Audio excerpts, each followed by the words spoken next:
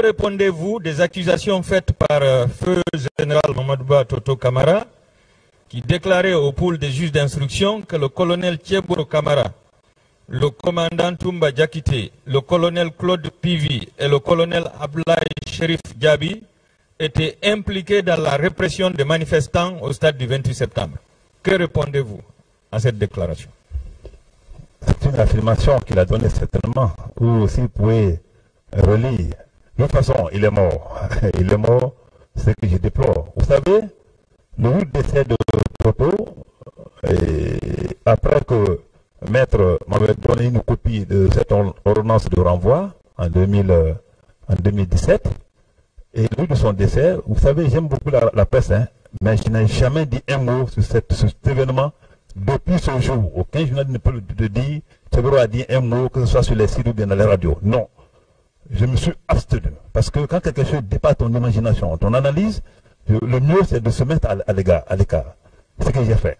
Mais ce jour, il y a un journaliste qui m'a tellement merdé, j'étais obligé de lâcher un peu, parce qu'on était presque à la morgue.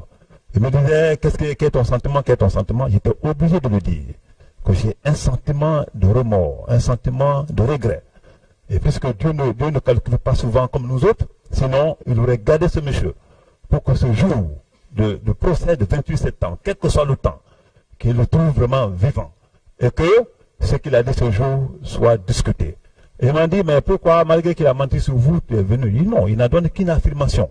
Et vous voyez, il n'a pas apporté de preuves pour dire les noms qu'il a cités, y compris M. Thieboro, étaient effectivement là, voilà les preuves de leur agissement. Non, il y avait une affirmation, et puisqu'il est parti, j'ai le droit de le rendre un hommage, comme tout le monde. Mais la seule chose que je regrette aujourd'hui, c'est le décès de général Toto, qui vraiment, je ne sais pas ce qu'est Perchon, qui a fait des allégations de genre, et qui devait être là aujourd'hui pour une confrontation, afin que la vérité jaillisse. Hein? Pour que le verdict soit vraiment un verdict apprécié par tous.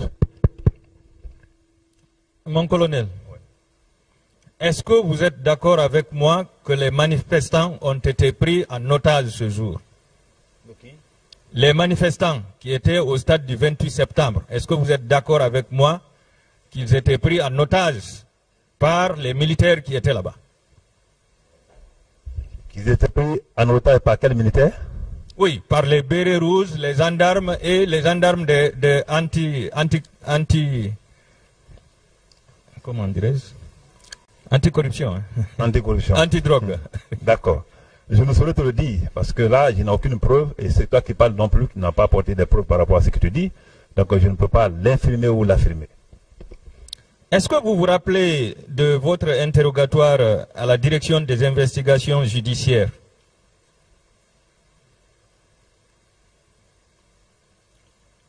Qui s'est déroulé le 30 avril 2011.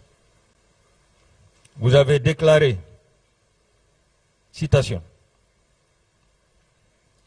c'est sur le pont de Kenyang par conversation radio que j'ai appris que les manifestants et leaders politiques sont pris en otage par un groupe de militaires dirigé par le lieutenant Aboubakar Sidiki Diakité alias Toumba. Connaissant qui est ce monsieur dans le cadre de son insoumission et imaginant qu'avec Toumba la vie des leaders politiques est en danger, j'ai ordonné à mon chauffeur de tourner sur le pont et je me suis dirigé vers le stade. C'est vous qui avez prononcé le mot otage. Est-ce que vous reconnaissez ce passage? Ce passage, c'est un PV ou bien un passage? C'est un procès verbal d'interrogatoire. En date du 30 avril 2011. Et j'ai signé? Oui. Tu peux le voir, s'il vous plaît? Oui. Si le président me permet.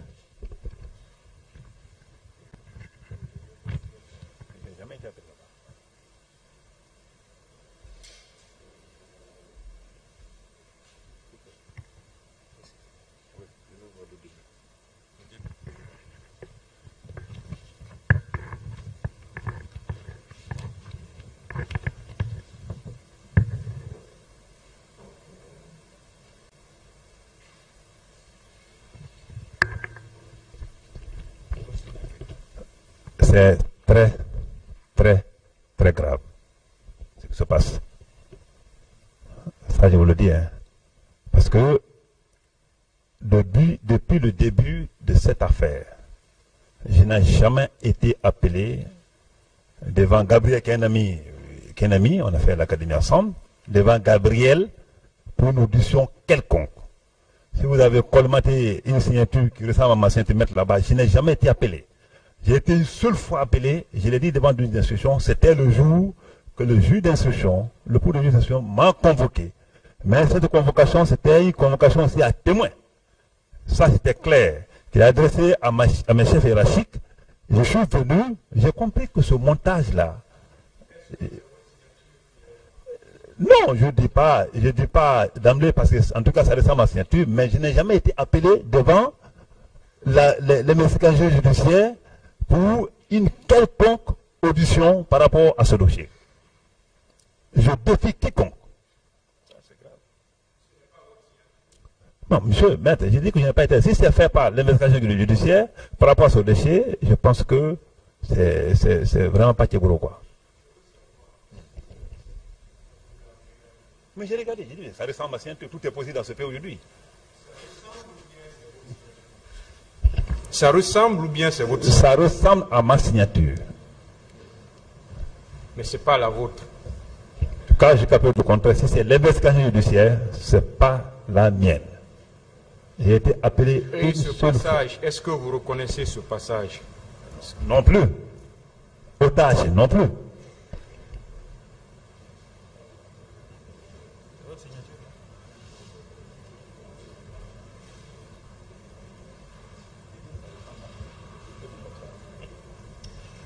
Qu'est-ce que vous avez dit? Que ça ressemble à ma signature, mais je n'ai jamais été appelé à l'investigation judiciaire pour cette question. Continuez, maître.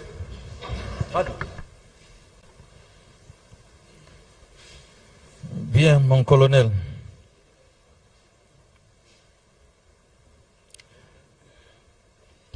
Pas possible, jamais.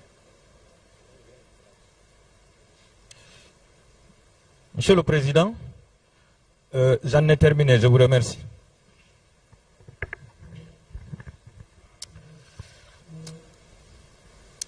Monsieur le Président, avec votre permission, mon colonel. C'est en septembre 2022, c'est moi-même qui suis personnellement allé déposer la lettre au parquet de Dixine. Merci.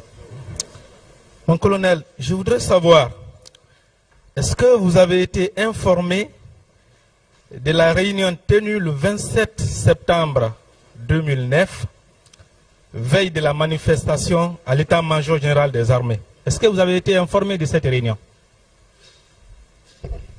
Non. Vous n'avez pas été informé. Mais est-ce que, au moins, vous avez été informé des dispositions qui ont été prises au cours de cette réunion pour la gestion de la manifestation? Est-ce que vous avez été informé de ça au moins? S'il y a une réunion, je dis non. S'il y a une réunion, je n'étais pas. Maintenant, je veux savoir les dispositions prises au moins. Est-ce qu'on vous a informé de ces dispositions? Pas du tout. Alors, je vais vous faire lecture de ces dispositions selon les déclarations du général Baldé. Pour l'exécution de notre mission, d'ailleurs, je précise que lui, il reconnaît qu'il y a eu effectivement une réunion le 27. Il dit, à la date du 27 septembre 2009, j'ai été convié à une réunion à l'état-major général des armées. Au cours de cette rencontre, il a été question de prendre des instructions sur les dispositions concernant des informations qui étaient à notre possession et le dispositif sécuritaire à mettre en place. Il a été retenu que s'il y avait marche, seule la gendarmerie et la police nationale devaient assurer le maintien d'ordre. Les autres corps devaient être casernés. Et il donne le dispositif pris. Pour l'exécution de notre mission, nous avions mis en place un dispositif statique comprenant les 3 escadrons départementaux de 150 hommes chacun et un dispositif mobile comprenant les 6 escadrons de la gendarmerie mobile d'un effectif de 120 hommes chacun. Donc vous dites que ces dispositions n'ont pas été portées à votre connaissance. Pas de tout monde. Alors, pour l'exécution de ces dispositions, est-ce que vous avez été associé? Il a été clair. Il a dit pour le maintien d'ordre. Et le maintien d'ordre relevait effectivement de lui. Donc il n'a pas parlé de mon service. Et mon service, encore, c'était un service. Quand c'est le corps chez nous, il y a une différence de corps. Mon colonel, il dit que c'est la gendarmerie et la police qui devaient assurer le maintien d'ordre. Et vous aviez, permettez-moi, je n'ai pas terminé, vous aviez les gendarmes à votre disposition. Ma question c'est de savoir, est-ce que vous avez été associé à l'exécution de ces dispositifs, vous? Je dis non. Les gendarmes et policiers qui étaient chez moi étaient en détachement pour une période donnée et pour une mission donnée. Donc, pratiquement, ce que vous dites là, Badé, pratiquement, il n'a pas parlé de moi. Parce que moi, je n'étais pas un corps en ce moment. 200 personnes, effectif global, ne peut pas constituer un corps. Donc, vraiment, pratiquement, je n'étais pas informé. C'est toi qui me l'apprends ici. Et je n'ai pas y participé non plus. Un rassemblement avait été prévu au stade, ainsi qu'une manifestation. Un dispositif a été prévu pour la sécurisation. Vous n'êtes pas associé. Alors, qu'est-ce que vous êtes allé faire au stade? Vous qui n'êtes pas associé à ça. Pourquoi vous êtes allé au stade alors? Vous pouvez le prendre? Pourquoi vous êtes allé au stade dans la mesure où vous n'avez pas été associé à l'exécution du dispositif mis en place? Pourquoi vous êtes allé? C'est dans l'exercice de ma mission traditionnelle, je l'ai tantôt dit. Et généralement, ce n'est pas la première fois que moi je trouve des bouquets, je sais où, et que je viens vers les gens, les sensibiliser, et que généralement, à 95% ou 80% des cas, que les gens me comprennent et que les choses, je trouve vraiment indolublement heureux. Donc, Badé était clair. Ok. Mon colonel, est-ce que vous avez dirigé une mission de patrouille le 28 septembre? Dirigé, je précise. Est-ce que vous avez dirigé une mission? Je l'ai tantôt répondu. Avant, après et pendant, oui. L'ordre est donné toujours pour la patrouille nocturne et diurne, quel que soit le temps, qu'il est calme ou pas. Alors, dans cette équipe que vous avez dirigée, je veux savoir que faisaient les policiers en civil et les gendarmes fraîchement sortis de l'école de la gendarmerie de Sonfonia. Qu'est-ce qu'ils faisaient dans cette équipe? Je n'ai pas compris. Que faisaient les policiers en civil et les gendarmes sortis de l'école de la gendarmerie de Sonfonia? Je ne sais pas ce que tu veux dire, mais pratiquement, je ne sais pas de quoi il s'agit, parce que police scientifique ne relève pas de moi. Gendarme fraîchement sorti de Sonfonia ne relève pas de moi, donc cette question n'a pratiquement pas de réponse à mon niveau. Dans l'équipe que vous avez dirigée, il ne faisait pas partie, mon colonel? Je n'ai pas compris. Est-ce que les gendarmes sortis de l'école de la gendarmerie de Sonfonia et les policiers en civil ne faisaient pas partie de l'équipe que vous avez dirigée le 28 septembre, mon colonel? Retire-moi le mot diriger. Je n'ai dirigé aucune équipe le 28 septembre. Il faut que les choses soient claires. C'est-à-dire on est entre Guinéens qu'on se focalise sur la réalité. Donc je n'ai jamais dirigé une équipe le 28 septembre. Et ces enfants que tu parles là, c'est que sûr, nous faisons une demande. On demande les gens, si on a besoin de personnel, on demande à la police, on demande à la gendarmerie, on a besoin d'un nombre de personnel et ils nous fournissent. J'ai fonctionné comme ça durant les 14 ans. Ce n'était pas des corps, ce n'était pas des unités, mais les gens en détachement, pour une mission bien précise. Mon colonel, est-ce que vous connaissez le capitaine Sori Kondé du service antidrogue que vous dirigez à l'époque? Sori Kondé, oui, c'est un ami de classe de recrutement. Est-ce que vous l'avez vu ce jour, le 28 septembre? Est-ce que vous l'avez vu? Sori Kondé, le capitaine Sori Kondé. Non, j'ai demandé simplement si vous l'avez vu, peu importe le lieu. Est-ce que vous l'avez vu ce jour? Non, quand il dit ce jour, ça peut être avant, pendant ce que tu veux dire. Mais je dis, si c'est le matin, non. Parce que la patrouille sort de voir ça que je me rends compte. C'est déjà des instructions données. Chacun sait sa mission. Si c'est le soir, ce jour où Sori Kondé?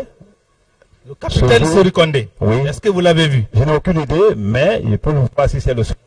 Parce que moi, je suis arrivé maintenant là-bas tardivement. Comme c'était nous tous, on passait la nuit dans le même bâtiment. Mais je n'ai aucune idée si je l'ai vu ou pas. Pas le matin quand même. Ok. Mon colonel, selon plusieurs sources, les gendarmes qui les relèveraient de vous auraient tiré sur les manifestants au rond-point Bellevue où il y aurait eu mort d'homme. Est-ce que vous en avez souvenance? Cela m'a été toujours posé. Je vous ai dit que je n'ai aucune idée. Que l'intéressé m'emporte les preuves, s'il vous plaît. Mais au moins, est-ce qu'il y a eu un incident entre les gendarmes en votre présence à ce rond-point, entre les gendarmes et les manifestants? Est-ce que cela s'est passé?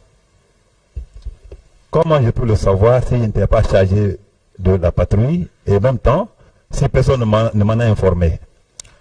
Je ne suis pas informé de cela. Mon colonel, peut-être que vous avez oublié, je ne sais pas. Permettez-moi de vous faire une lecture d'une partie de la déclaration du capitaine Sori Kondé, que vous connaissez, qui vous connaît très bien.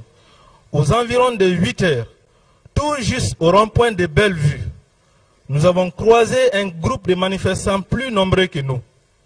Le colonel Thiegro s'est adressé à eux. Cela est resté sans effet. C'est alors que nous avons été repoussés jusqu'en face du stade. C'est lui qui parle comme ça. Il dit qu'il était avec vous. C'est pas possible. Il est encore vivant, Dieu merci. Il sera là pour vraiment vous donner d'autres précisions, comme il n'est pas mort comme Toto. Donc c'est pas vrai? Pas de tout, parce qu'il n'était pas avec moi. Ok, je vais continuer. Je veux savoir, est-ce que le 28 septembre, vous avez vu le commandant Toumba avant de vous rendre au stade? Est-ce que vous l'avez vu au camp? Non, je rentrais rarement au camp. Vous ne l'avez pas vu? Pas du tout. Est-ce qu'il y avait une rencontre entre le président Dadis et vous, le 28 septembre, au camp, avant de vous rendre au stade? Pas du tout. Il n'y en a pas eu. Donc le président ne vous a pas reçu, Toumba et vous, le 28 septembre. Il ne vous a pas reçu le matin. C'était possible ça? C'était pas possible. Ok. Permettez-moi de vous lire une partie de la déclaration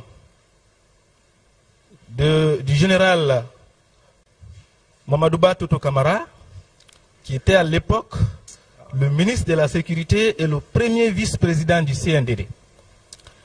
Il dit ceci: si mes souvenirs sont bons, j'ai été appelé entre 6h et 8h par mon directeur national des services de police en la personne de M. Valentin Abba, qui m'a informé que les gens se dirigent vers le stade.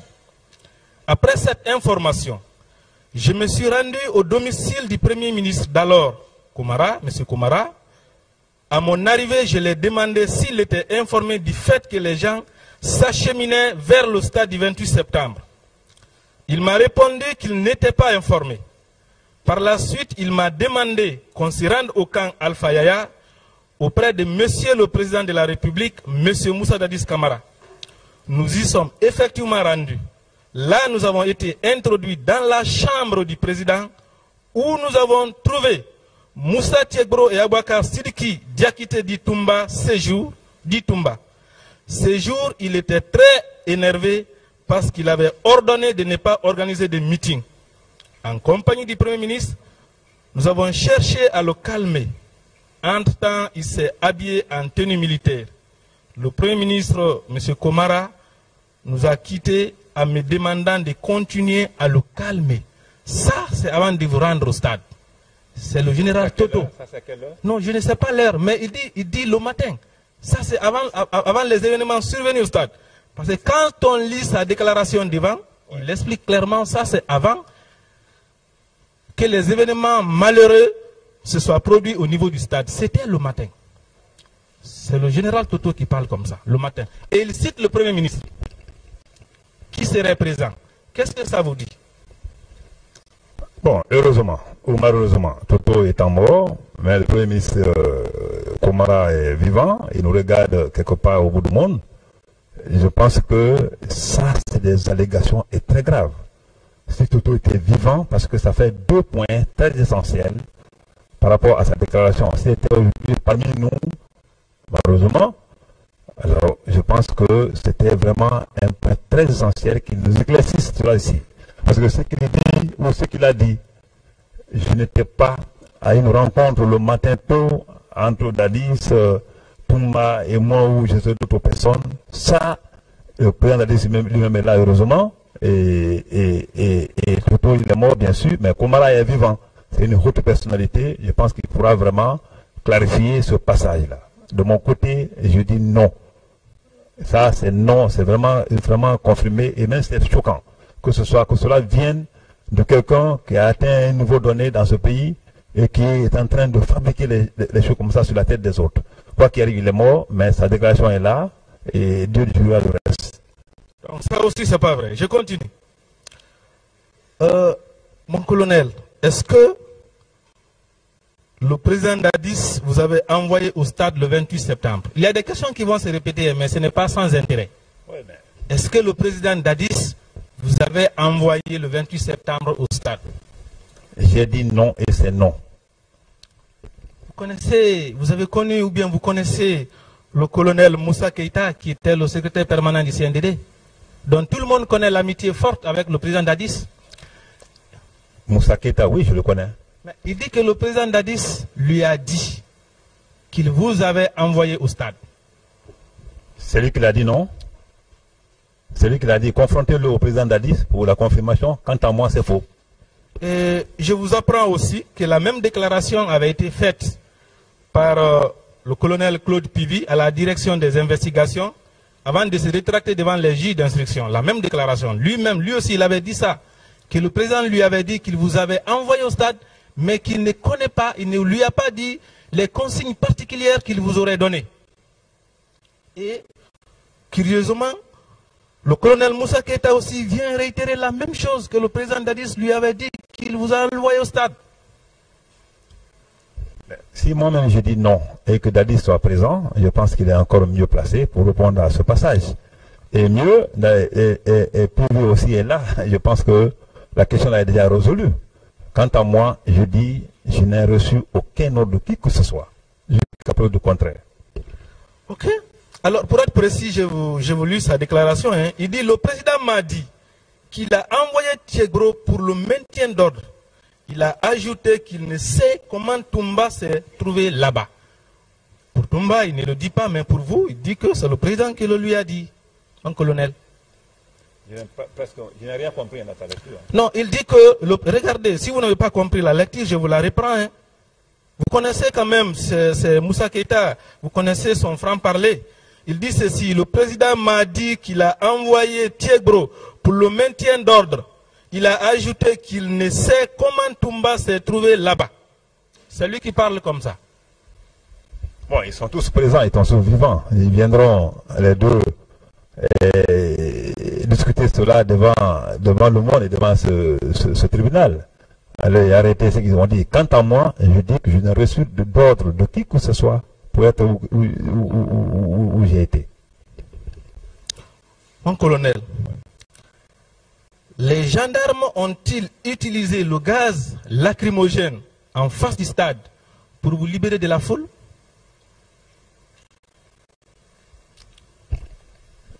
Je t'ai dit le seul gaz, parce que quand je suis arrivé au stade, je vous ai dit, entre les éléments de maintien d'ordre et la foule, il n'y avait pas d'accrochage.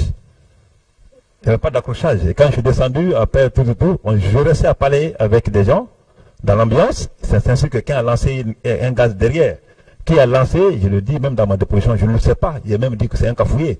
Donc ce qui a fait, moi-même j'en ai pris le gaz. Ce qui a fait, quelqu'un m'a dit, dans ce truc, va maintenant de l'autre côté, les gens ils sont là. Ils sont là, les leaders sont là. J'ai décroché pour aller vers les leaders. Je l'ai dit et je l'ai répété et je continue à le dire. Mon colonel, est-ce que vous connaissez le commissaire divisionnaire de police, M. Valentin Abba? Est-ce que vous le connaissez? Je le connais, bien sûr. Et le colonel, à l'époque, je crois maintenant, il est général, Ansouman Kamara, vous le connaissez aussi?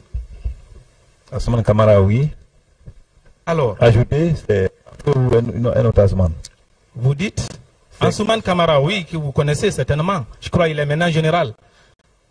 Alors, le commissaire divisionnaire Valentin Abba, qui cite les informations remontées à lui par le colonel Ansouman Kamara, qui dit que les gendarmes ont utilisé le gaz lacrymogène pour vous soustraire de la foule. Et j'ai lu son passage. Moins de 5 minutes après ces instructions, la situation a dégénéré et nos hommes ont fait usage de gaz lacrymogène pour protéger et extraire de là le ministre Tchegro. Ça, c'est M. Célestin Abba qui cite une information remontée à lui par le colonel Ansouman Kamara. Ça aussi c'est faux? Non, je vous dis, tous ceux qui sont vivants, leur témoignage, moi ça ne me dérange pas.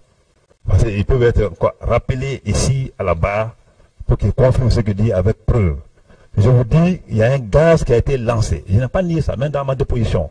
Mais pendant ce temps, moi j'étais dans la foule, on parlait. Et il y avait l'applaudissement, d'autres étaient là, parlait tout. Je parlais avec les gens. On ne peut pas être dans une foule comme ça, pas à l'extrême, à l'intérieur même de la foule. Si on est menaçant. Si la foule ne va jamais t'applaudir. Donc j'étais dans cette foule quand je parlais avec les gens, la compréhension n'était pas là parce que la voix ne portait pas. C'est ainsi que je les ai laissés. C'est à la fin, j'ai dit hier, je pense, c'est à la fin que quelqu'un a lancé le gaz lacrymogène derrière. Je ne sais pas qui, est-ce que c'est un gendarme, c'est un policier. S'il a dit, il était avec les gendarmes, si le policier dit que c'est des gendarmes, ou je ne sais pas, est-ce que vous avez demandé au gendarme leur position par rapport à ça? C'est lui qui a lancé le gaz là-bas. Et puis ça crée seulement que le problème derrière, pas devant. Parce que moi j'estime que tous ceux qui sont dans une marche pacifique ou hostile, tous ceux qui sont devant, c'est des gens qui sont responsables. Ces responsables-là, dans ma position là, prouvaient à suffisant qu'il y avait affaire aux responsables. Sinon, ceux qui sont hostiles ne peuvent pas rentrer dedans jusqu'à quelques mètres en train de parler avec les gens qui applaudissent. Donc, si Bafoué ou Ansouman Kamara, si c'est Bafoué qui s'agit, ou si c'est un autre Ansouman Kamara qui s'agit, le mieux, c'est de venir ici, devant cette barre, expliquer ce qui s'est passé entre eux et gendarmerie ce jour-là qui a lancé ce gaz lacrymogène derrière. Et mieux, s'il y avait un accrochage, comme vous le dites, là-bas, je pense que je ne serais pas aussitôt reçu par les leaders qui n'étaient pas à 200 mètres. Et c'est vrai, qui n'étaient pas à 200 mètres. Et ils m'ont reçu, on a bien parlé, on s'est quitté sur des compromis très clairs. Donc, pratiquement, je pense que ce passage-là mérite que ces gens-là viennent apporter leur précision par rapport à la question. Mon colonel, ce jour, vous étiez avec combien d'hommes? Vous aviez combien de gendarmes avec vous, vous-même personnellement?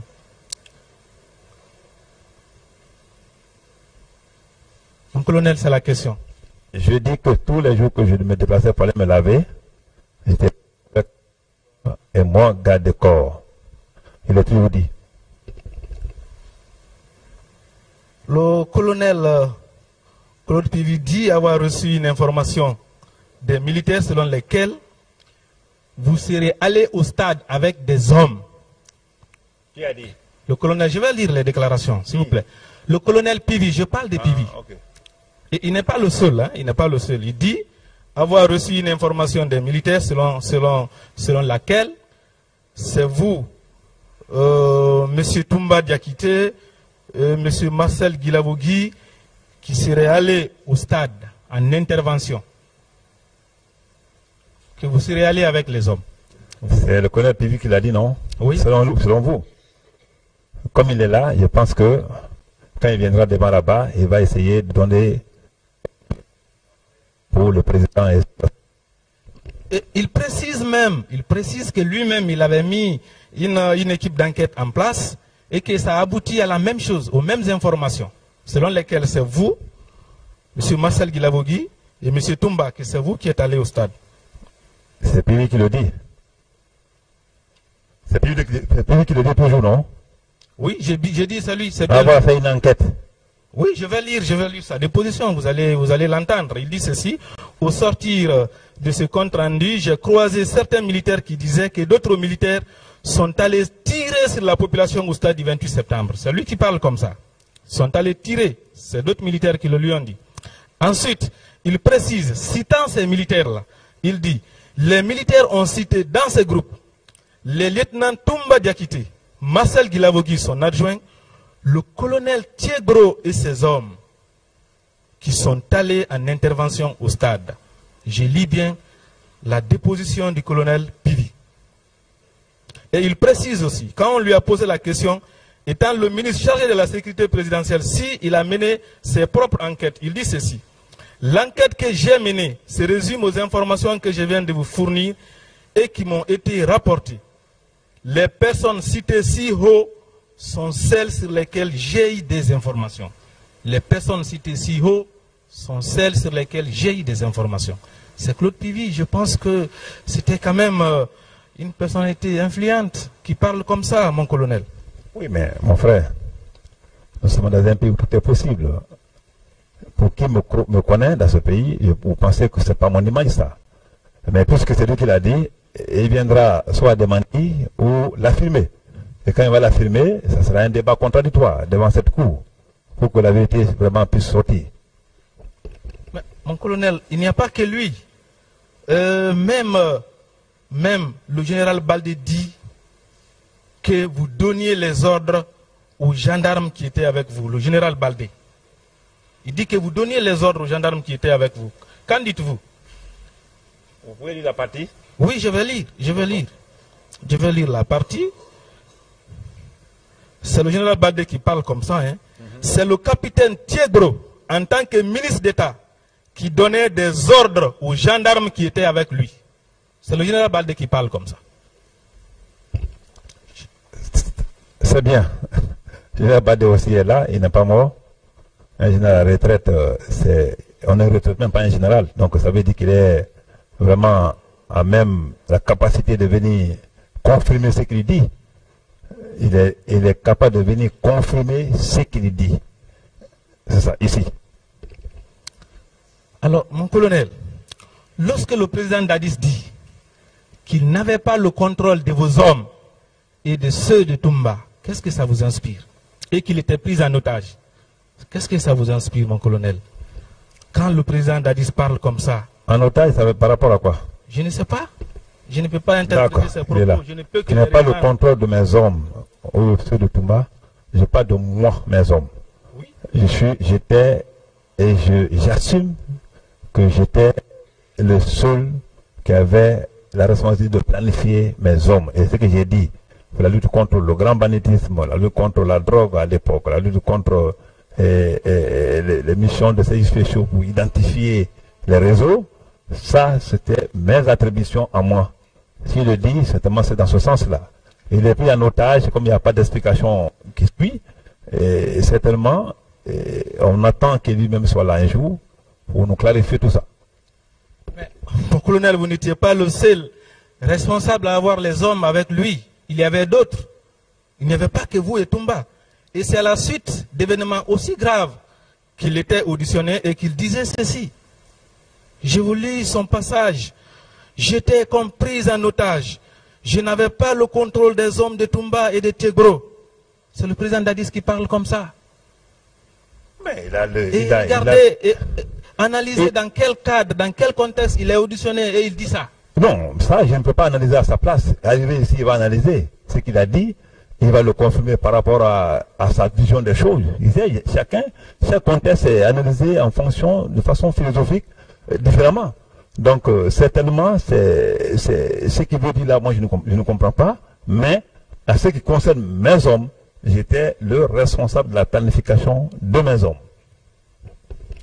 Alors, mon colonel, ce que je voulais savoir aussi, vous êtes venu au stade, il y a eu des événements malheureux. Vous êtes allé directement rendre compte au président qui ne vous a pas envoyé au stade. Mais je veux savoir, c'est un problème de sécurité quand même. Peut-être que le ministre de la Défense n'était pas là. Mais pourquoi vous n'avez pas rendu compte au général Baldé? Vous n'avez pas rendu compte au ministre de la Sécurité? C'est au président de la République qui ne vous a même pas envoyé que vous êtes allé directement rendre compte. Pourquoi ça? J'ai pris un exemple ce soir. Lorsque, aujourd'hui, qu'on ne souhaite pas qu'un cas malheureux se produise dans n'importe quelle zone de la Guinée et qu'un ministre soit là-bas ou un haut ou une autre personnalité soit là-bas. Je pense que ce jour-là, ce jour du 28 septembre, tout le monde ralliait au camp. Moi, j'ai trouvé les Komara là-bas, j'ai trouvé des Koutoubou-Sano, j'ai trouvé tant d'autres personnes. Et vous voyez, je pense que ce jour-là, et puisque je savais que ce sont des hommes de Toumba qui ont fait, je suis venu nous rendre compte. Je veux dire que rendre compte dans le jargon militaire, c'est donner l'information. Tu ne peux pas dire à un chef, je t'informe. Non, tu le rends compte. Même dans les paroles, quand tu ne peux pas dire je t'informe, il va te foutre au gnouf.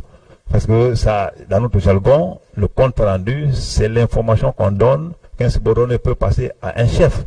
Donc, c'est ce que j'ai fait.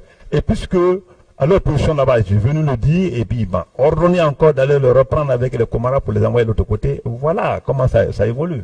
Je ne pouvais pas dire ça à Général Badé et autres là. Je ne rêvais pas de Général Badé, j'étais un chef de service. Un chef de service. Merci mon colonel, mais est-ce que ce jour, le 28 septembre, vous avez parlé au téléphone au moins avec le général Badé? Que ce soit au téléphone ou pas, est-ce que vous avez parlé avec lui?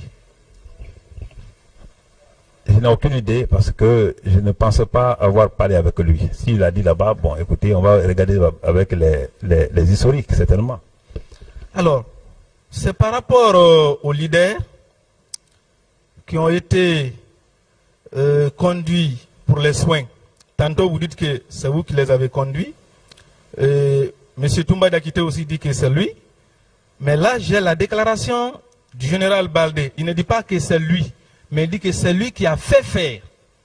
C'est pourquoi je vous pose la question de savoir, est-ce qu'il vous avait instruit de sauver ces leaders et de les envoyer à un tel ou tel autre endroit pour les soins? J'ai voulu sa déclaration. Au même moment, on m'a fait parvenir plusieurs leaders politiques blessés se trouvant dans un état critique. J'ai tout abandonné pour me mettre à leur disposition.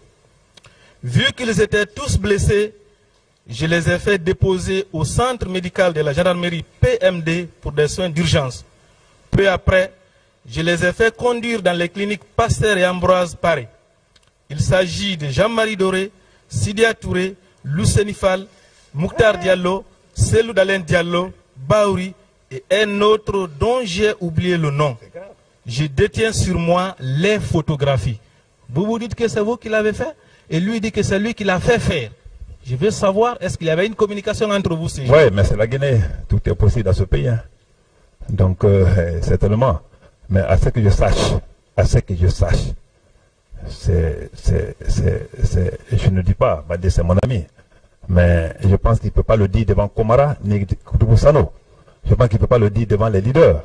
C'est lui qui l'a envoyé et c'est moi qui ai sécurisé. Comment lui peut envoyer à ce niveau de responsabilité, les leaders le balancer quelque part sans même sécuriser? L'endroit, c'est moi qui suis venu avec Komara et Koutoubou-Sano prendre ces leaders à ces endroits-là, le mettre, le ramener, je veux dire, à la clinique Pasteur, au fait du président d'Addis, selon ses instructions, et c'est moi qui ai sécurisé l'endroit jusqu'au matin. Comment lui peut envoyer les gens? Je ne sais pas qui l'a envoyé. J'ai même entendu le nom de Jean-Marie Doré et autres là, mais c'est grave. Mais ce n'est pas grave parce que nous sommes devant la cour. La cour va l'appeler et le confronter à Komara et à Koutoubou-Sano. Et je suis certain que le président d'Addis viendra ici, il va dire comment ça s'est passé ce jour-là. Je suis désolé, mais franchement, je n'ai aucune idée si ce sont les mêmes leaders ou bien si c'est d'autres.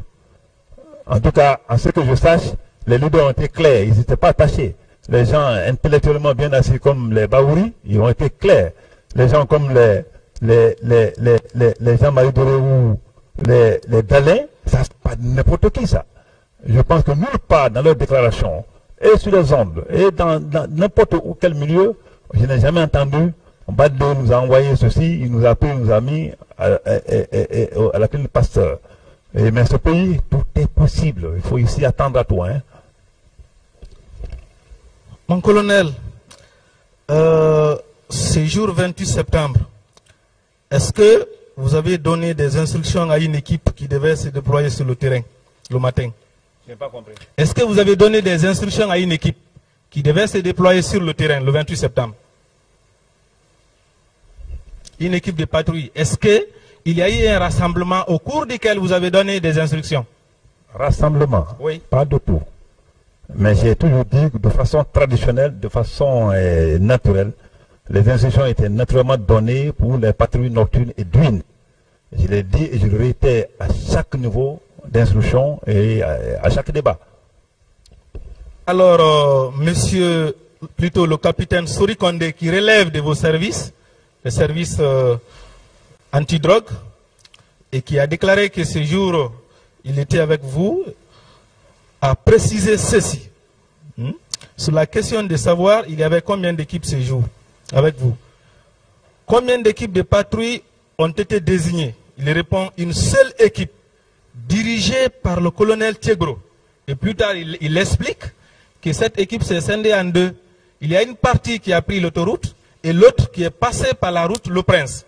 Et vous-même, dans vos explications, vous avez parlé dans cette salle d'une équipe qui serait passée par la route Le Prince et l'autre par l'autoroute, si mes souvenirs sont exacts. Qu'en dites-vous de cette déclaration du capitaine qui relève de vos services, mon colonel? Donc, je me dis que le capitaine Sori n'est pas encore loin, il est commandant maintenant, il n'est pas encore loin de ce procès. Je pense qu'il sera là d'un moment à l'autre sur l'instruction du président pour nous confirmer tout ça. Parce que moi, je me dis, à un moment donné de la vie, l'homme doit être en phase avec sa conscience. Et ça, c'est important. Je vous dis que je n'étais pas élément de patrouille. Même quand tu prends l'idée de la patrouille, moi, je ne peux pas faire patrouille. Je n'étais pas l'élément de patrouille. En tout cas, l'instruction de patrouille fut donnée par moi. Ça, je le sais. Il dit, il faut qu'il y ait une patrouille nocturne, une patrouille d'huile. Je l'ai dit et je réétais et j'y veillais. Mais il dit, ce jour-là, j'ai fait un rassemblement, j'ai pris une patrouille, je suis sorti. C'est à lui de venir nous clarifier tout ça. Parce qu'en réalité, je ne dis pas que je suis déçu de ces déclarations, mais je ne pense pas que, tel que j'attends, que c'est comme ça que le capitaine Sori a dit. Et si c'est comme ça qu'il a dit, qu'il vienne ici et dans un débat contradictoire, on verra. Ok. Vous dites que vous n'avez pas donné de consignes, il dit ceci. Comme d'habitude, chaque fois qu'il y a une mission, un rassemblement est organisé à l'occasion duquel le chef de mission donne les consignes, l'itinéraire et les tâches à exécuter. Et tout à l'heure, vous avez dit que vous n'avez pas connaissance de l'existence dans l'équipe dont vous niez même avoir dirigé, que vous n'avez pas connaissance de la présence des gendarmes sortis de l'école de gendarmerie de Sonfonia ainsi que des policiers en civil. Mais il dit ceci. Sur la question de savoir, il y avait combien d'hommes dans l'équipe? Il dit il y avait une cinquantaine, au maximum, y compris les policiers en civil qui travaillaient avec nous. Il y avait avec nous des margis fraîchement sortis de l'école de la gendarmerie de Sonfonia. Quand même, il relève de vos services. C'est lui qui parle encore comme ça. C'est celui qui parle. Oui, c'est lui qui dit ça, que dans l'équipe que vous dirigez, il y avait ça, il y avait ces hommes. Non, quand il dit chef de mission, chef de patrouille, je n'étais jamais chef de patrouille. On ne peut pas être un secrétaire d'État à ce niveau, commandant de grade, être chef de patrouille. Et après, il y avait des subordonnés, le lieutenant, adjudant-chef et moi-même capitaine. Et il précise d'ailleurs, lui, il ne cache rien. Il ne cache rien, lui, il précise. Dans le véhicule où il était, il dit ceci. En tant que chef de bord, j'étais avec un chauffeur et 10 éléments derrière le véhicule. Mais je ne retiens plus leur nom. La répartition est faite au rassemblement. Et vous vous dites qu'il n'y a pas eu de rassemblement. Mais lui, il précise qu'il y a eu un rassemblement. Et c'est à ce rassemblement que la répartition a été faite, mon colonel. Tout ça, vous niez en bloc. Je n'ai pas dit qu'il n'y a pas eu de rassemblement. J'ai dit que je n'ai pas participé à un rassemblement. Il faut qu'on soit clair dans ce qu'on dit. Et s'ils font des rassemblements, ils faisaient des rassemblements là-bas, les hommes de patrouille, tout. Et c'est ça, c'est naturel pour les militaires. À n'importe quelle chose, le rassemblement est créé. Rassemblement pour voir si tout le monde est présent, s'il n'y a pas de clopin-clopé dans les rangs et tout. Mais moi, je n'assistais pas à ces rassemblements. Ça, il faut qu'ils viennent me dire si c'est moi qui organisais les rassemblements chaque matin. Ça, c'est impossible d'ailleurs, avec les charges que j'avais. Donc tout ça aussi, c'est pas vrai. Alors, mon colonel, il y a une autre chose. Je n'ai pas dit que ce n'est pas vrai qu'ils n'ont pas fait de rassemblement. Je te dis clairement que s'il y a eu rassemblement, je n'y étais pas. Je n'étais pas présent au rassemblement. Car Sori de venir dire si c'est moi qui organise le rassemblement ou ce jour-là, c'est moi qui ai coordonné le rassemblement. Mon colonel, s'il y a un domaine où les gens ont confiance en vous et moi en particulier, c'est le domaine de l'enquête. On vous a vu sur le terrain. Même pas seulement les bandits, même si c'est un produit qui est périmé. On vous a vu ici à l'œuvre allez arrêter les gens pour les sortir à la télé. Les infractions commises dans la cachette, on vous a vu à l'œuvre. Pour le cas du 28 septembre, mon colonel, je ne sais pas si vous avez lu la déclaration du colonel, du général Toto, qui a quand même eu l'honnêteté de reconnaître les dizaines de corps qu'il a lui-même vu et compté. Vous, avec tous les moyens à votre disposition, avec tout le dévouement qu'on vous connaît, est-ce que, avec votre talent, je dirais même votre ingéniosité, vous pensez qu'on peut vous croire qu'après ce qui s'est passé le 28 septembre, que vous dites n'avoir découvert aucune fosse commune, n'avoir vu aucun cadavre, n'avoir pu identifier aucun militaire qui soit venu tirer au stade? Mon colonel, qu'est-ce que ça vous dit? Oui, est-ce que c'est possible? Comment c'est arrivé que vous n'ayez aucune information sur tous ces éléments? Comment ça c'est possible, mon colonel? Maître, je pense que la question est claire. Oui, elle est claire. Vous voulez que je dise quelque chose que je n'ai pas vu, que je n'ai pas entendu, ou que je n'ai pas connaissance? Ça, c'est votre intention. Mais moi, je vous dis, et je réitère ici, que tout ce que tu viens de dire, je n'ai aucune connaissance par rapport à ça.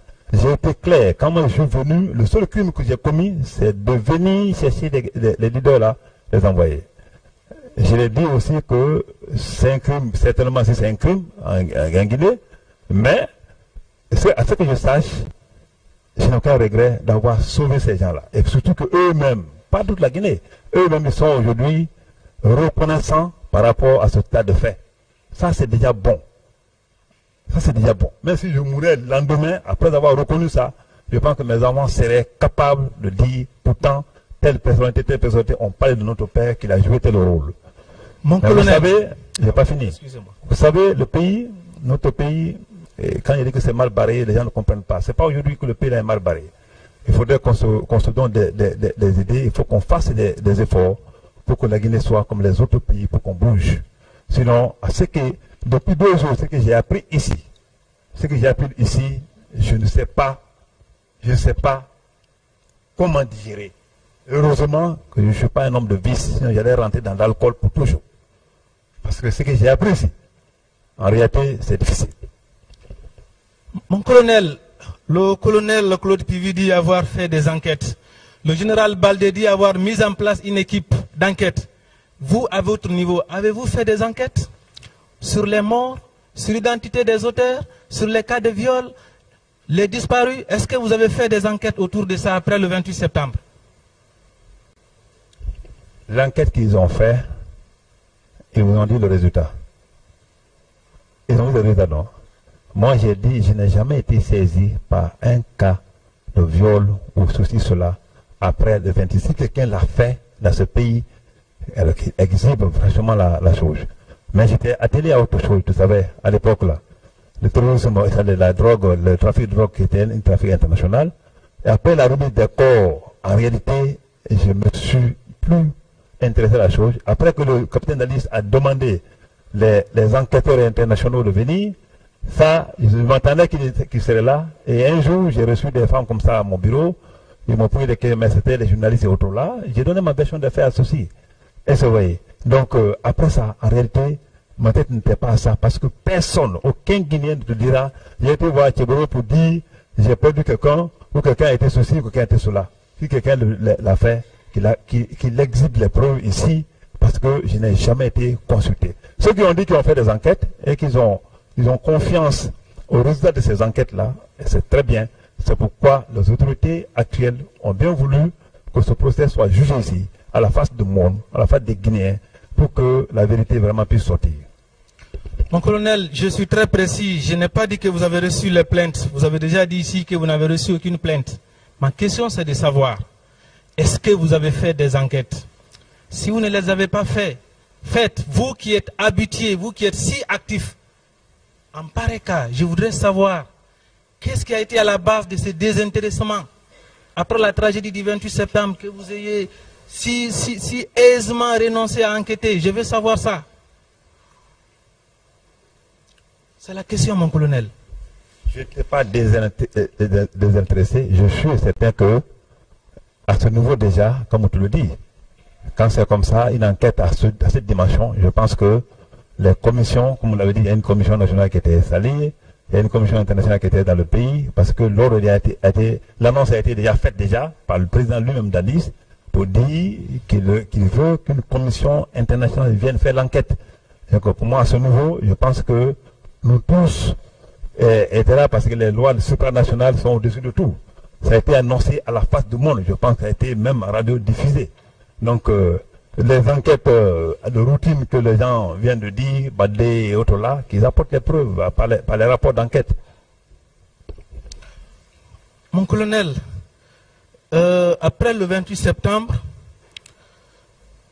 c'est aujourd'hui que nous on apprend et nous on ne savait pas que ça n'allait pas entre vous et Toumba. Après le 28 septembre, le commandant Toumba est resté avec le président, peut-être avec vous aussi. Il a fallu son audition par la commission internationale d'enquête pour que la rupture soit consommée entre lui et le président, et peut-être avec vous. Je ne veux pas revenir sur ce qui s'est passé le 3 décembre, mais il a fallu son audition par cette commission. Est-ce que, mon colonel, ce n'est pas parce qu'il s'est senti trahi?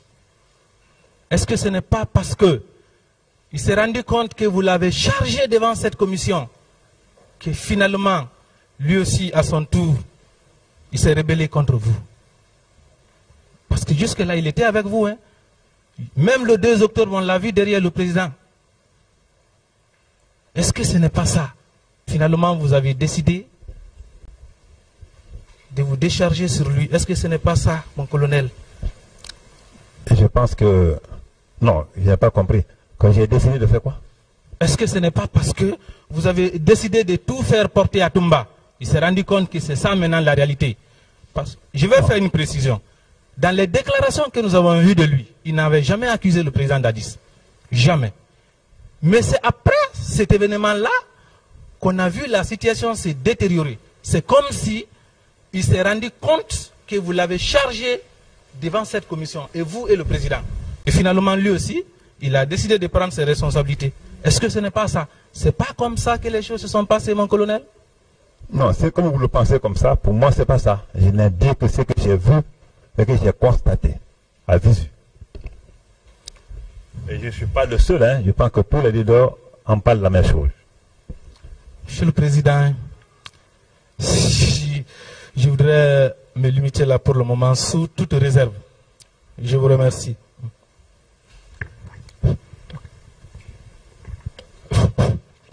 Monsieur le Président, j'ai quelques petites questions complémentaires, Monsieur le Président.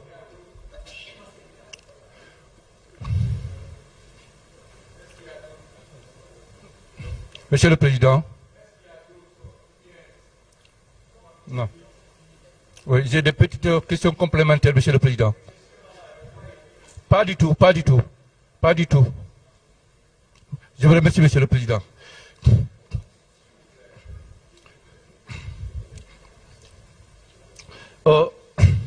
Mon colonel...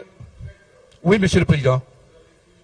Aux questions. Non, ça reste quelques petites questions complémentaires. Vous avez déjà fini de poser des questions. Si les autres ont des questions, peut-être quand ça va revenir encore, vous pouvez avoir la parole pour des questions. Si vous permettez, Monsieur le Président. Si vous permettez. Pour le moment, c'est le tour de la défense, s'il vous plaît. S'il vous plaît.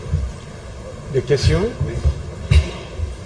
On doit revenir à la défense. Le ministère public même a fini de poser ces questions. C'est le tour de la défense. Après, vous pourrez poser des questions encore. Allô, Monsieur le Président? On m'avait dit que c'était fini du côté de la Non, ce n'était pas fini, parce que moi, je suis là encore. Allez-y alors. Merci, Monsieur le Président. Merci, Messieurs les assesseurs, de m'avoir donné la parole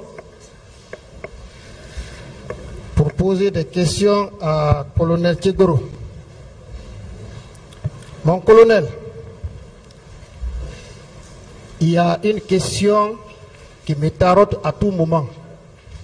Cette question vous est déjà posée, mais je n'arrive jusqu'à présent pas à avoir satisfaction.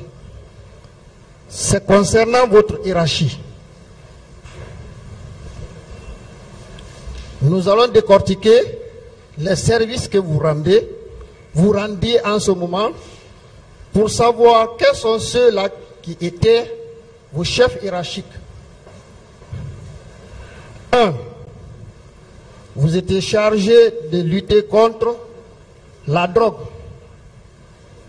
Lorsque nous prenons ce service, à qui vous rendiez compte lorsque vous arrêtiez les narcotrafiquants? À qui vous rendiez compte? La question? Oui. Alors, je pense que quand on arrête un délinquant ou un présumé délinquant ou un présumé narcotrafiquant, même ceux qui n'ont pas fait le droit savent déjà quel est le circuit à suivre. Et que la démarche à suivre est que, après le PV, après d'abord l'information au procureur territorialement compétent, et la procédure suit son cours normal. Et vous avez vu ce procès, les présumés narcotrafiquants et le ministère public contre les présumés narcotrafiquants. Ou même à un moment donné, j'étais pris en pâtie et failli perdre ma tête dans ça encore. C'était Monsieur Camara, il oui. veut savoir à qui vous rendez compte. C'est ce qu'il veut savoir. Quand la saisie est faite, et que ou bien quand nous avons une information, après avoir exploré l'information, si une saisie est faite, la première personne à être informée, c'est le procureur territorialement compétent à l'époque. Aucun parquet ne peut nier quand même ici. Je suis un procédurier. Bien. Si on peut faire, oui. J'espère que la question est répondue à ce niveau. Oui, je l'ai répondu. Donc, par rapport à la lutte contre la drogue, votre chef hiérarchique, c'est le procureur du lieu. Absolument. Bien. Alors, par rapport à la lutte contre le grand banditisme, qu'est-ce que vous entendez par grand banditisme? Quels sont les éléments qui rentrent dans la composition du grand banditisme? Qu'est-ce que tu appelles ici éléments qui rentrent dans la composition? C'est-à-dire, Oui. qui vous qualifiez de grand bandit? Qui? Vous qualifiez de grand bandit, puisque vous étiez en train de lutter contre le grand banditisme. C'était pas ça? Oui. Maintenant, quelles sont les infractions qui étaient qualifiées alors de grand banditisme? Et à qui vous rendiez compte lorsque vous arrêtiez ces personnes, ces grands bandits? Grand bandit? Oui. Je pense que cette question n'a pas trait à mon occupation. Donc, je n'ai aucune réponse parce que je n'ai pas ici devant moi les attributions. Si vous aviez bien écouté ma question. Non, les détails à l'intérieur des attributions. J'ai compris votre réponse. Je vais faire une précision. Je vous ai dit que je reste toujours dans ma soif par rapport à votre hiérarchie. Et puisque vous gériez un service qui était catégorisé, la première catégorie, lutter contre la drogue. Vous avez dit que lorsque vous arrêtiez alors un narcotrafiquant, le rapport dressé était immédiatement acheminé vers le parquet. On est d'accord? Par rapport maintenant au grand banditisme, c'est ce que je veux savoir.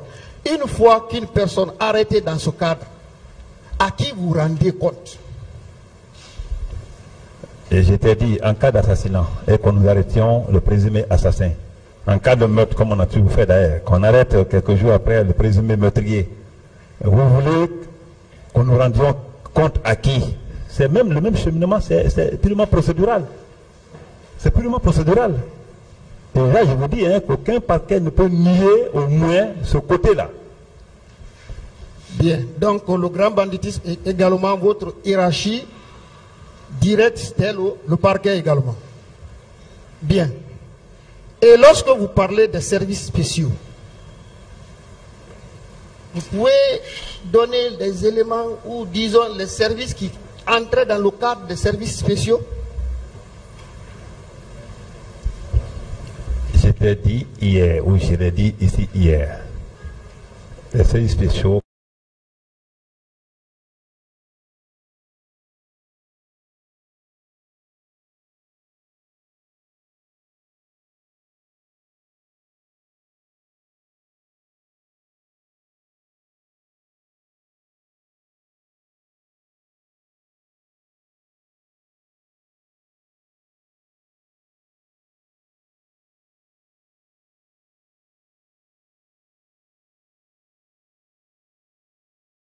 jusqu'à avoir un lien entre les éléments qui rentrent dans l'action par rapport à l'infraction qui se prépare. Alors, une fois que la drogue est saisie, ou bien une fois que le maître est saisi, les services s'arrêtent là. Et d'ailleurs, ils ne sont pas connus. Ce sont des gens, ils ne sont pas nombreux, mais c'est des gens, des personnes de confiance qui font des renseignements du genre. Et ce sont des renseignements opérationnels. Il faut que ceci donne l'ordre pour dire, écoutez, nous sommes sur les lieux, il y a ça, il y a ça, il y a ça, on est en train même de repartir, ou bien il y a ça, il y a ça, il y a ça. Et puis, c'est en ce moment que l'opération peut se passer. Donc, les services sociaux, c'était bien sûr un élément de ce secrétariat d'État. Bien. Et en ce qui concerne les manifestations politiques ou des manifestations sociales, est-ce que ces manifestations rentrent dans le cadre des services spéciaux? Venez prendre des renseignements et tout ce qui s'ensuit et remonter l'information. Je pense que dans ma déposition, je n'en ai pas fait cas. Donc les manifestations politiques ou sociales n'entrent pas dans le cadre des services spéciaux. En tout cas, mes éléments de services spéciaux n'ont jamais été enquêtés sur un politicien. Bien. Alors, entre la date du 28 septembre, cette date historique du 28 septembre, et le pouvoir du CNDD, ce jour, qu'est-ce qui était en jeu? Je n'ai pas compris. Hein? Entre la date du 28 septembre, je dis bien la date du 28 septembre, qui est une date historique, c'est le jour du référendum pour avoir l'indépendance de la Guinée, le 2 octobre. Et le pouvoir du CNDD, le jour de cette manifestation, entre les deux, qu'est-ce qui était en jeu réellement? De façon objective, qu'est-ce qui était en jeu? Bon, je ne sais pas si les gens comprennent ce que tu dis, mais entre le pouvoir de CNDD et la manifestation du 28 septembre, qu'est-ce qui était en jeu? Ça, je ne comprends pas cette question. Il faut reprendre sous autres formes. En d'autres termes, s'il y avait eu manifestation ces jours-là, comme cela avait été projeté par les leaders et les manifestants, et qu'il n'y ait eu aucun incident, est-ce que cela effacerait l'histoire du 28 septembre, ou bien cela effacerait le pouvoir du CNDD? C'est en d'autres termes. Je pense être un peu plus petit pour répondre à une telle question. Bien. Alors, vous vous êtes fait ce jour-là un bon soldat. Aussitôt le matin, vous étiez déjà présent au stade. Quand bien même selon vos propres déclarations, vous êtes même arrivé à la maison sans prendre le petit déjeuner. Si, alors ma mémoire est bonne, hier vous l'avez dit. Et vous êtes venu, vous étiez tellement préoccupé que votre objectif c'était d'empêcher à tout prix ces manifestations.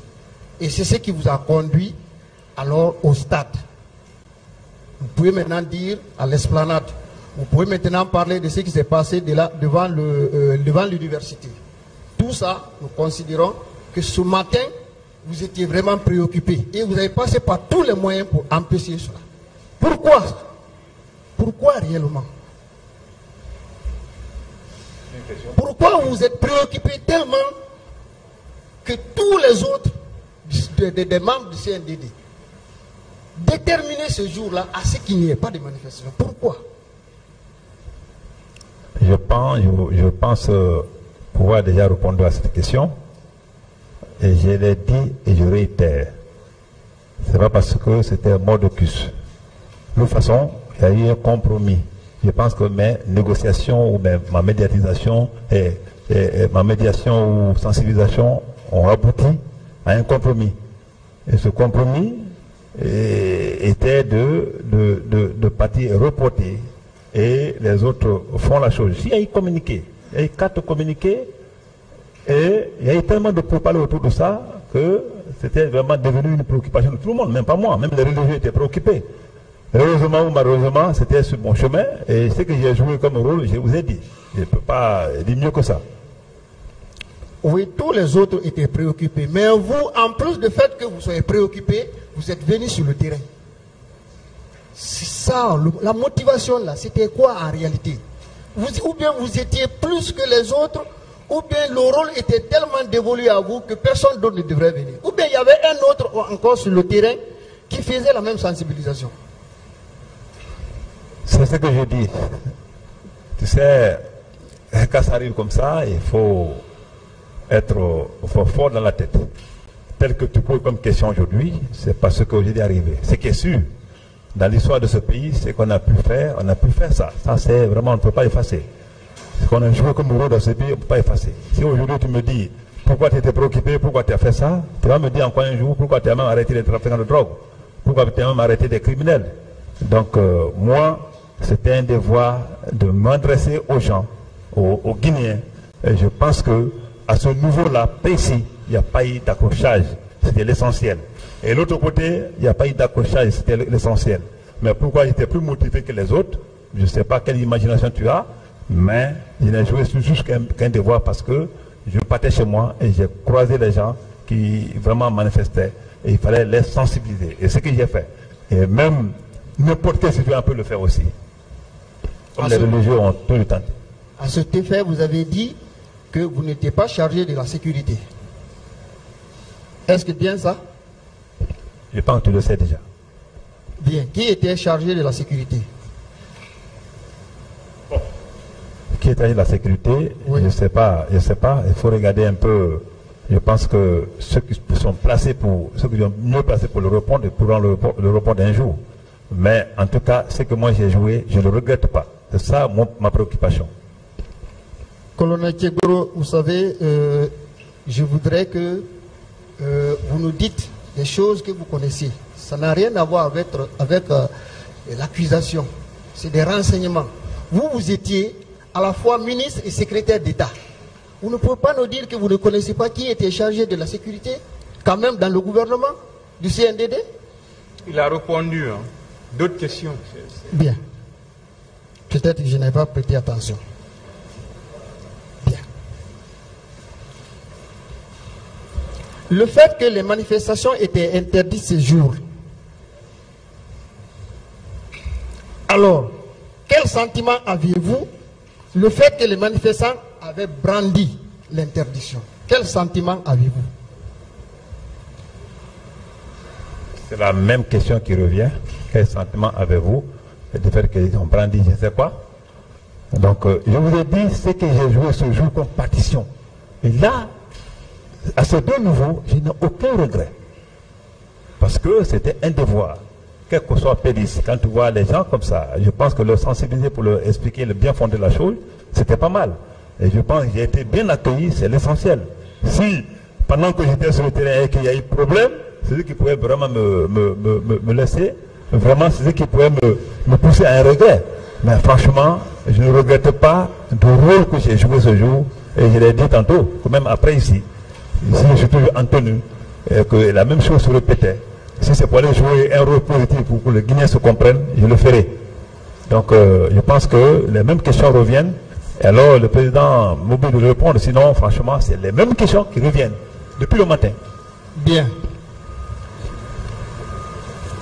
Le fait que vous étiez déterminé ces jours, avait-il pour objectif la crainte de ce qui allait arriver?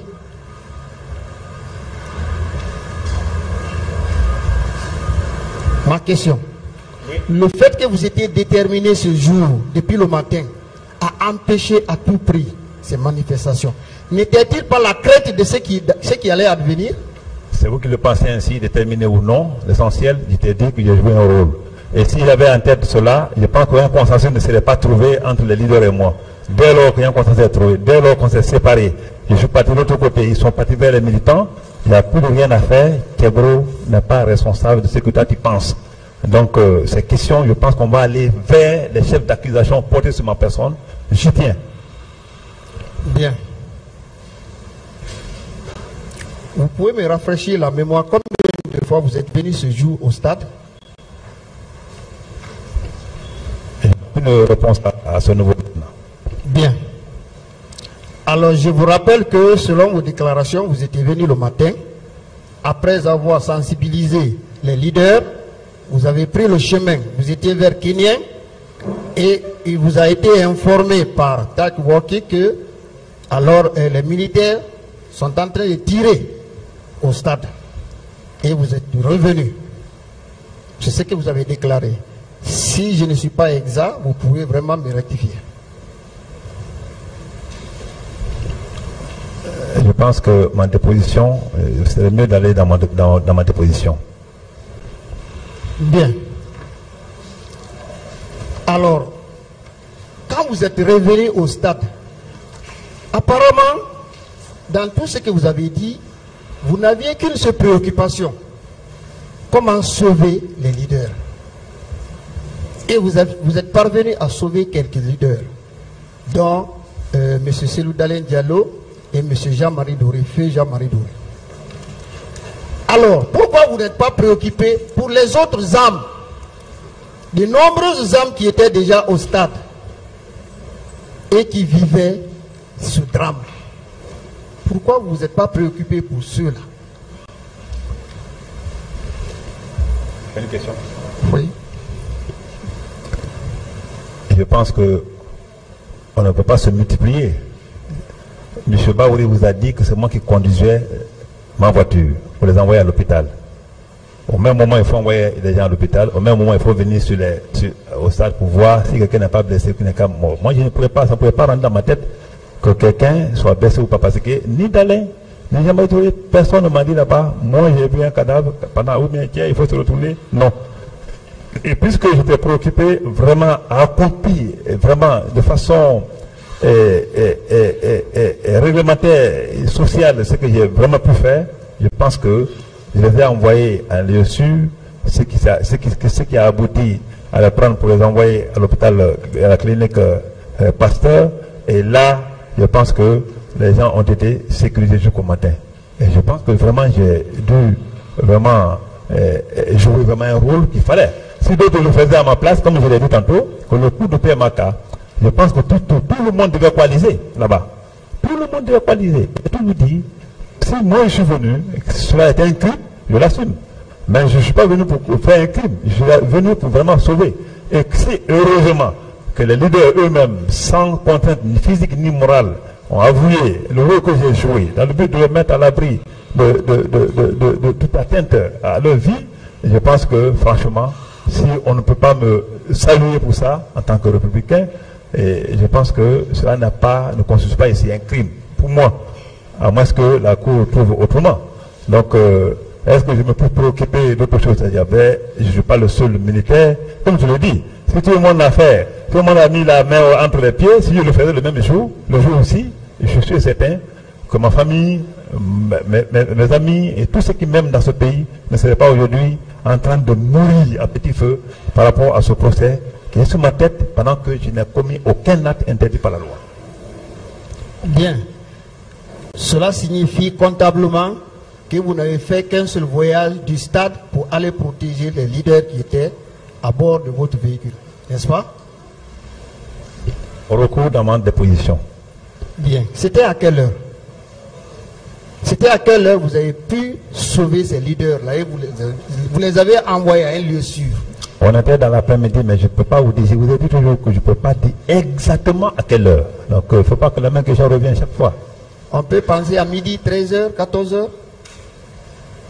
Je t'ai dit que je n'ai aucune idée par rapport à l'heure. Eux-mêmes, là, je pense que l'heure, dans leur opposition, on pourrait avoir les heures là-bas, même contradictoires.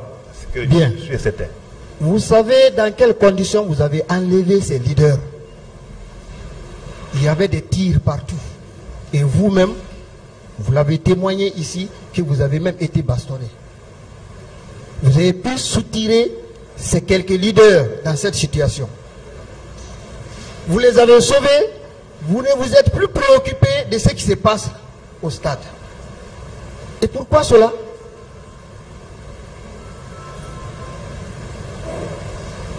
Pourquoi cela? Dès lors que vous avez pu sauver ces quelques leaders, disons 2 que vous citez à tout moment, vous les avez envoyés dans un lieu sûr. Et vous savez dans quelles conditions vous les avez sortis. Et vous saviez que vous seulement pouvez sortir plusieurs autres qui étaient au stade ce jour. Vous l'avez témoigné vous-même. Parce que Jean-Marie Doré était en train d'être bastonné. C'est grâce à vous que le pire n'est pas arrivé. Pourquoi vous n'êtes pas revenu à plusieurs reprises pour sauver ces gens qui étaient là, en train de souffrir, mourir, tomber sous les balles? Moi, je pense qu'il faut qu'on soit logicien. Si on fait la logique dans tout ce qu'on fait, je pense qu'on aboutit généralement à des solutions vraiment logiques. On n'a pas fait une répétition. Alors, quelqu'un qui a été braqué dans un stade. Moi, comme Baoui l'a dit, j'ai raconté des gens que je ne peux pas identifier maintenant. J'ai rencontré des gens, je les ai dit, allez-y, bon. Et après, comme je l'ai dit, il y avait des tirs, mais par intermittence. Comment j'arrivais? Je l'ai dit. Comme tu veux, ça tout tire partout là. Non. Moi, j'arrivais maintenant, il y avait des tirs par intermittence. Et heureusement que j'ai pu soustraire ces gens, je les ai envoyés. Moi-même, j'ai été braqué. J'ai reçu des coups. Et c'est voyez. Et il faut s'occuper de ces gens-là. Vous voulez-vous? Moi-même, j'étais en danger. Vraiment, en danger réel. C'est un film, quand ça vient dans ma tête, il y a des jours, franchement, j'ai l'insomnie du matin. Ça, je vous le dis.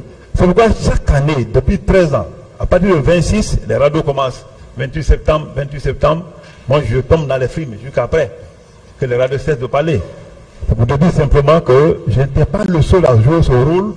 Je pense que d'autres pouvaient entendre ce coup, qui ne sont pas les coups de lacrymogène, aller foncer sur le terrain, aller là-bas, pour vraiment trouver solution s'il y a des solutions ou d'autres solutions à trouver. Je pense que j'ai joué ce que je pouvais jouer et je pense que cela a été apprécié par ceux qui m'aiment et surtout ceux pour lesquels j'ai fait, qui croient en Dieu et qui ont toujours le temps de le dire à la face du monde. Donc je résume les causes qui ne vous ont pas donné permis de revenir au stade. La fatigue et puis aussi vous étiez aussi en danger vous-même, n'est-ce pas? S'il y a autre cause, vous pouvez aussi les donner. Vous avez bien sûr à ce niveau, je n'ai aucune réponse. Bien. Alors, puisque vous-même, vous ne pouviez pas revenir au stade, vous ne pouviez pas revenir au stade pour sauver les autres âmes qui tombaient là-bas ce jour-là.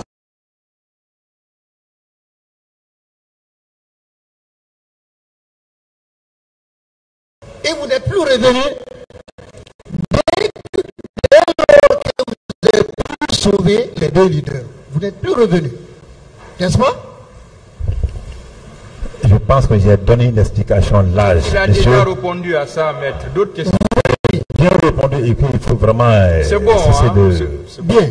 Je demande maintenant, parce que je voudrais juste la confirmation de ce que j'ai dit. Alors, je demande maintenant, pourquoi vous n'avez pas pu inviter vos hommes à se rendre pour aller sauver les autres? Puisque vous êtes vraiment quelqu'un qui pouvait donner des ordres. Au minimum, il y avait 200 hommes qui étaient sous votre commande. Pourquoi vous n'avez pas envoyé vos hommes au moins pour aller sauver les autres, puisque vous-même vous ne pouvez plus revenir?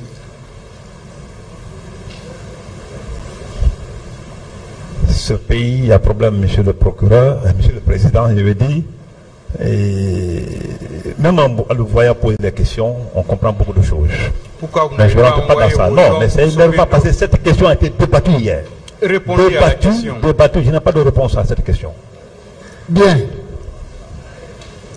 Alors, il y avait 4 pick-up selon vos propres déclarations qui étaient stationnés de part et d'autre du stade. Quel rôle ces 4 pick-up ont joué le jour de la manifestation? Quel rôle? Surtout à la suite de l'attaque, des massacres. Vous pouvez nous indiquer au moins, puisque ces pick-up là quand même vous les connaissez. Une question? Oui, les pick-up qui étaient stationnés de part et d'autre. Selon vos déclarations, il y avait 4 pick-up. Oh. Au stade, de part et d'autre du stade. C'est moi qui t'ai dit ça. Hier, vous avez eu à déclarer ça? Non. Je peux le prouver parce que par rapport au pick-up, qu'est-ce que vous avez dit donc? Comment fini de dire ça hier, je ne reviens pas là-dessus. La partie là, je ne reviens pas sur ça. Maintenant, le rôle qu'ont joué ces 4 pick-up, est-ce que ces 4 pick-up ont servi au transport seulement de vos hommes qui étaient là-bas, ou bien des malades, ou pardon, les blessés, des morts, alors on transitait. C'est vous qui parlez de 4 pick-up et c'est vous qui parlez de rôle joué. Ceux qui dirigeaient ces pick-up, s'il y en avait 4, pourront vraiment répondre à cette question. Mais je vous dis que cette question a été débattue hier. Ce n'est pas juste. Vous pouvez nous sommes dans un pays où on sait quoi. C'est votre droit de vous dédire, hein, puisque la situation est en train d'aller à un certain niveau. C'est normal. Bien.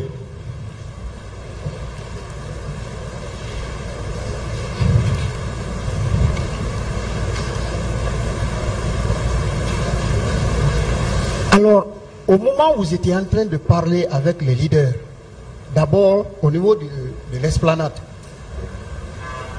est-ce que le stade était déjà ouvert, les gens étaient en train d'entrer, ou bien le stade était fermé? À l'instant même où vous étiez en train de parler, de discuter, de convaincre les leaders vraiment à revenir sur leurs décisions. Je pense que toi, tu dois... Bon. Je t'ai dit que ce n'est pas à l'esplanade où il a parlé. C'est pourquoi je reviens sur ça hier. Ce n'était pas à l'esplanade. C'était juste au-delà même de la porte principale de Gamal. Comment on peut rester là-bas pour savoir? Mais moi, je savais que la chose était fermée. D'après l'information, la chose qui est cadenassée d'après le communiqué du ministre, je vous ai dit qu'il y a un communiqué du ministre de la jeunesse d'alors qui annonçait aux leaders que le 28 septembre, même si ce n'était pas ce jour, n'était pas bien indiqué, à partir du moment où il y a un match je pense, un match de préparation, je ne sais pas quoi, qui devait se tenir au sein de ce stade. Donc, pour moi, le stade était fermé. Bien. Alors, selon vous, comment les manifestants ont pu pénétrer dans le stade? Est-ce que par effraction, ou ils ont forcé alors le portail, ou bien on leur avait ouvert tout doucement alors les portes du stade pour y entrer? La personne aussi a été répondue et je réitère encore. Je t'ai dit, oui. Comment ils sont rentrés au stade, je ne peux pas être Dieu pour le connaître. C'est que, à ce que je sache, quand on s'est quitté, moi je suis parti dans une autre direction, vers chez moi, en passant par SMS, et ils sont partis vers le leader. Comment ils ont fait maintenant pour ouvrir, ou si quelqu'un l'a envoyé par effraction ou par quoi, ça n'était pas présent au moment des faits. Bien. Alors,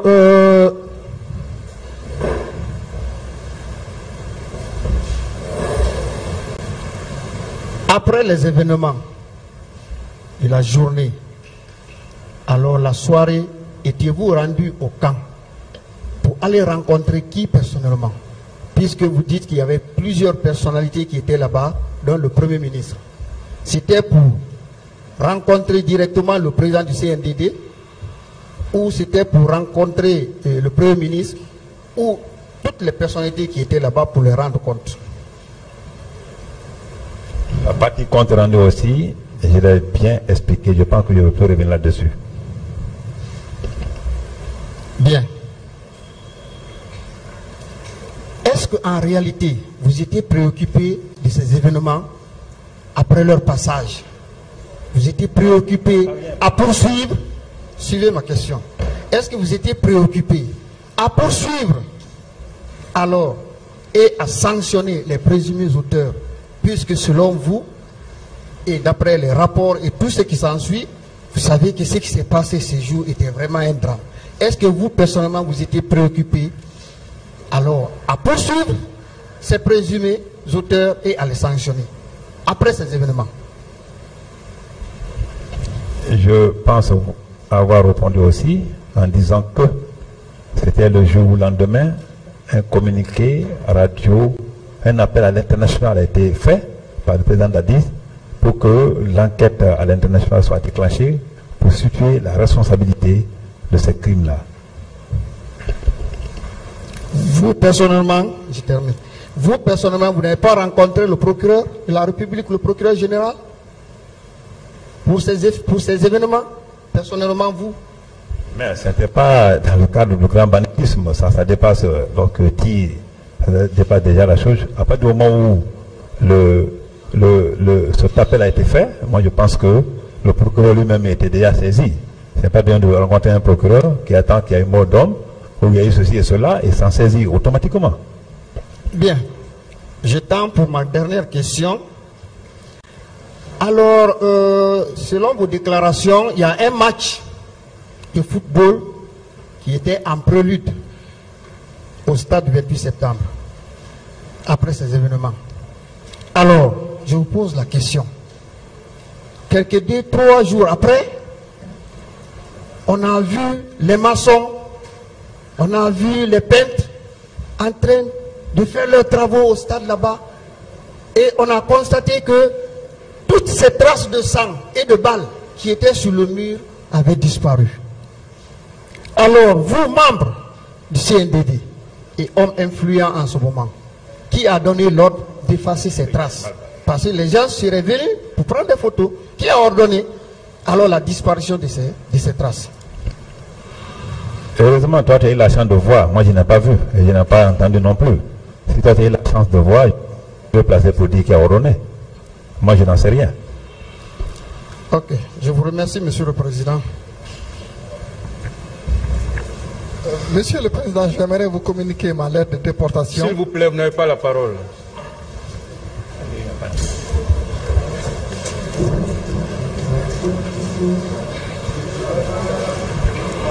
Voilà. Demain, on va continuer avec la défense. On va interrompre là, aujourd'hui. C'est déjà décidé.